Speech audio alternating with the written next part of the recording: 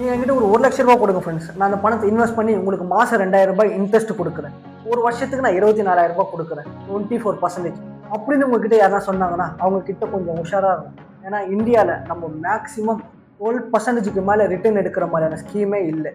அப்படி உங்ககிட்ட யாரா சொல்லி பணம் கேட்டாங்கன்னா அது யாராக இருந்தாலும் அவங்க கிட்ட கொஞ்சம் உஷாராக இருங்க ஃப்ரெண்ட்ஸ். ஆமா, என்ன விஷயம்? பணத்தை எப்ப தருவ?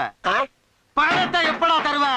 பணம் வரும்போது தருவோம். எப்ப வரும்? தரும்போது வரும். இவன் சரிப்பட மாட்டான், அவனோட லெஃப்ட் கிட்னி எடுத்துக்கடா. ஃபினான்ஷியல் விஷயமா நம்ம நிறைய விஷயம் தெரிஞ்சுக்க வேண்டியது இருக்கு ஃப்ரெண்ட்ஸ். ஸோ அதெல்லாம் உங்ககிட்ட லெஸ் தென் 2 மினிட்ஸ் கொண்டு வந்து சேர்க்கிற இந்த சிவாவோட சேனல் இன்னும் ஃபாலோ பண்ணாம பார்த்துட்டு இருக்கீங்கன்னா உடனே ஃபாலோ பண்ணிக்கோங்க. அப்பதான் நான் போற ஃபினான்ஷியல் கண்டென்ட் எல்லாம் உங்களுக்கு இமீடியட்டா வந்து ரீச் ஆகும் ஃப்ரெண்ட்ஸ்.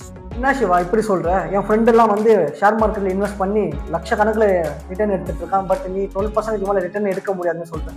ஷேர் மார்க்கெட்ல நம்ம அன்லிமிட்டடா ப்ராஃபிட் ஜெனரேட் பண்ணலாம், பட் அந்த அளவுக்கு ரிஸ்க் இருக்கு. இன்கேஸ் உங்க ஃப்ரெண்ட்ஸ் யாருன்னா பணம் கொடுறா, நான் ஷேர் மார்க்கெட்ல இன்வெஸ்ட் பண்ணி உனக்கு நான் நல்ல ரிட்டர்ன்ஸ் நல்ல இன்கம் எடுத்து கொடுக்குறேன்னு சொன்னாங்கன்னா உங்களால எவ்வளவு பணம் கிளியர் பண்ண முடியும், எவ்வளோ பணம் உங்களால் ரிஸ்க் எடுக்க முடியுமோ அந்த அளவுக்கு பணத்தை மட்டும் நீங்கள் இன்வெஸ்ட் பண்ணுங்க. அண்டு அவங்கள பற்றி நல்லா தெரிஞ்சுட்டு ஷேர் மார்க்கெட்டை பற்றி நல்லா அனலைஸ் பண்ணிவிட்டு நீங்கள் இன்வெஸ்ட் பண்ணுங்கள். ஏன்னா ஷேர் மார்க்கெட்டுன்றது ரொம்பவும் ஒரு ஹைலி ரிஸ்கி ஏரியா.